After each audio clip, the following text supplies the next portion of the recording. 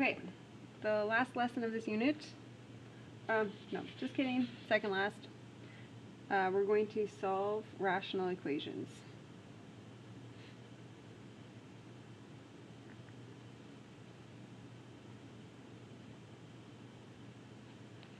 Okay, so here is just a very simple example, just to warm you up.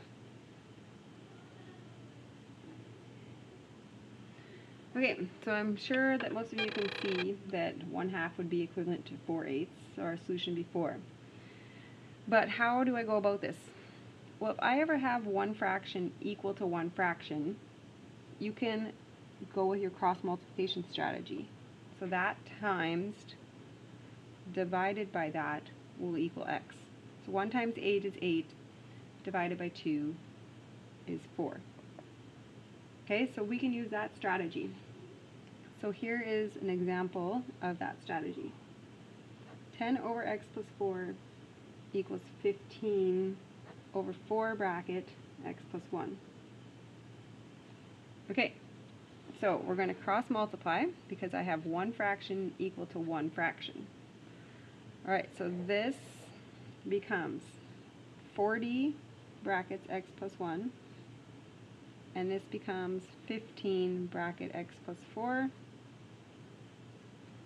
So we have 40x plus 40 equals 15x plus 60. Now I want to move my x's over here, so I'm going to take away 15x, so that becomes 25x. Now I want to move my 40 over there, so I'm going to subtract 40.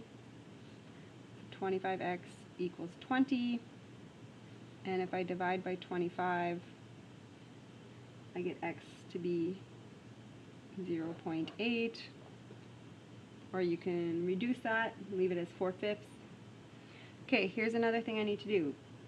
I have restrictions on x. X cannot be a certain value. X could not be a -4, right? Because that would make my solution undefined. X could not be a -1. Do you see it?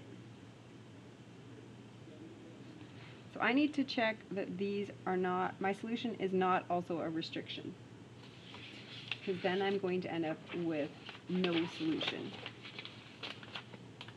Okay, the next, we're going to do a different strategy.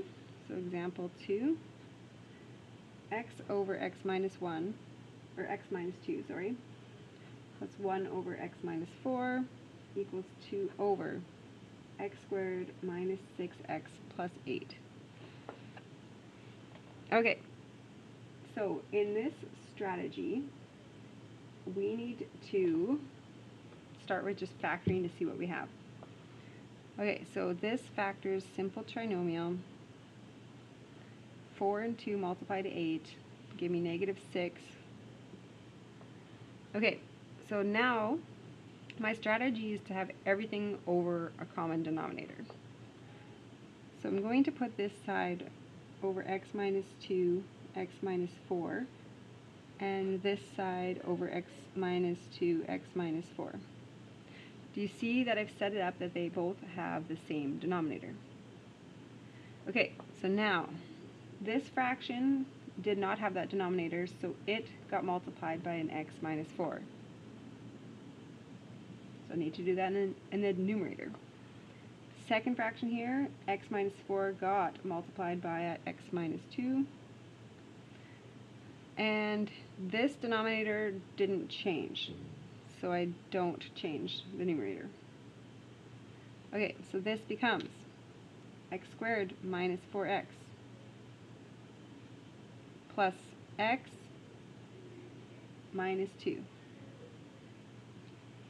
Okay, if the numerators, or if the denominators are the same, I have to say to myself, if they're equal, in order to make the sides equal, I need the tops to be equal, right? So for instance, this, remember when we did before, 1/2 equals x over 8. If we make this an 8,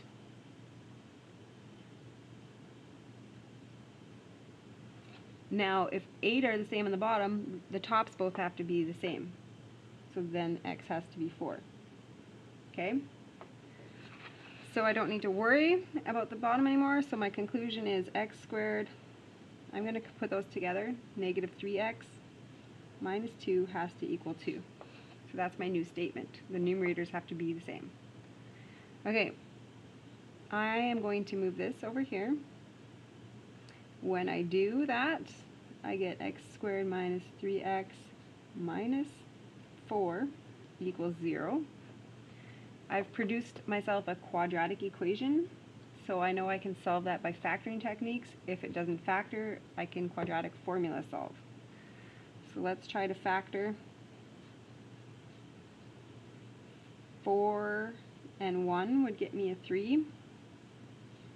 So x can be 4 or negative 1. Let's go back to the starting line here. I don't want x to ever be a value of 2 or 4. Those are my restrictions. So this is a restriction. So now I'm done with that. It's a restriction. Okay? So this is the two strategies. If you have one fraction equal to one fraction,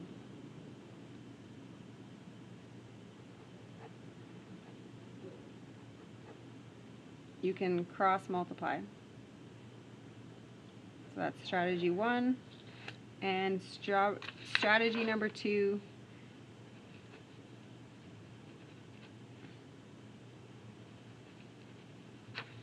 you need common denominators, and then you can conclude just those need to be equal to each other in order for the sides of the equation to be equal to each other.